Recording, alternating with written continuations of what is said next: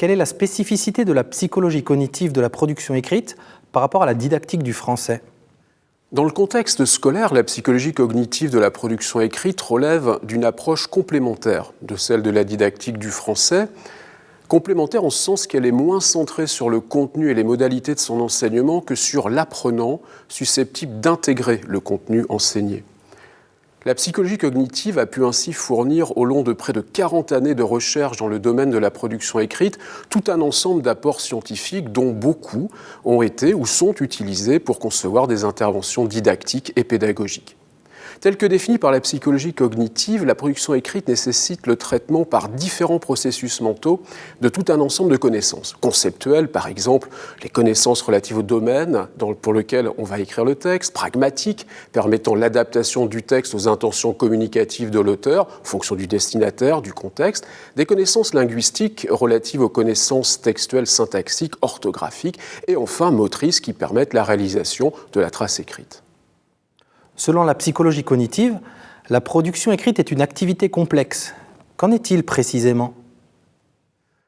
L'activité de production écrite est effectivement souvent définie comme complexe, car dans le cas notamment de la rédaction, elle suppose de pouvoir gérer et articuler en mémoire un ensemble de processus composés d'opérations de traitement permettant d'élaborer le contenu du texte, par exemple des opérations de récupération, de sélection, d'organisation des informations à transmettre,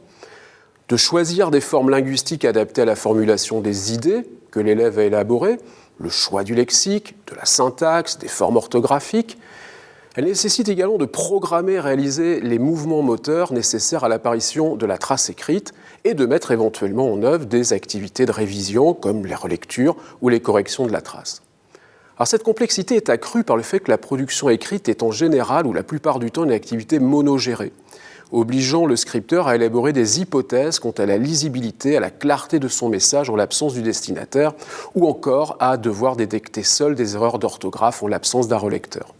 Alors sur ce dernier point, il est intéressant de noter que certains travaux ont pu évaluer l'impact plus ou moins favorable d'un travail en groupe ou en collaboration sur les performances. Finalement, il semble que la difficulté majeure pour les élèves relève moins des connaissances à acquérir que de la mobilisation et l'articulation des traitements au cours de la tâche ? Oui, c'est tout à fait exact. Écrire et rédiger suppose une forte régulation de l'activité mentale consistant en premier lieu à gérer une compétition entre les processus. L'un des apports essentiels de la psychologie cognitive a été, à partir des années 90, de situer les processus de production écrite au sein d'un modèle de traitement de l'information composé classiquement de différents registres mémoriels, la mémoire sensorielle, la mémoire de travail, la mémoire à long terme, et surtout caractérisé par une capacité attentionnelle limitée contraignant le maintien et le traitement des représentations. Alors dans ce cadre, la théorie que l'on appelle capacitaire, adaptée à la production écrite par McCutcheon en 1996, conduit à concevoir une compétition entre les processus les plus exigeants sur le plan attentionnel. Au cours de l'activité, la mise en œuvre d'un processus peut alors s'opérer au détriment d'un autre, conduisant à des ralentissements dans le décours des traitements ou à la production d'erreurs. L'intérêt majeur, je crois, de la théorie capacitaire est d'offrir au monde de l'éducation un nouveau cadre d'interprétation des performances et des erreurs. Par exemple, il a été montré à différentes reprises, à différents âges, qu'une part des erreurs d'orthographe réalisées au cours de la rédaction d'un texte ou d'une dictée pouvait être la conséquence indirecte de traitements graphomoteurs trop coûteux, captant des ressources attentionnelles au détriment des processus orthographiques. Je crois que la prise en compte de cette compétition conduit ou devrait conduire les enseignants et formateurs à toujours associer l'évaluation du produit écrit par les élèves à une évaluation complémentaire de l'efficience des processus en cours d'acquisition,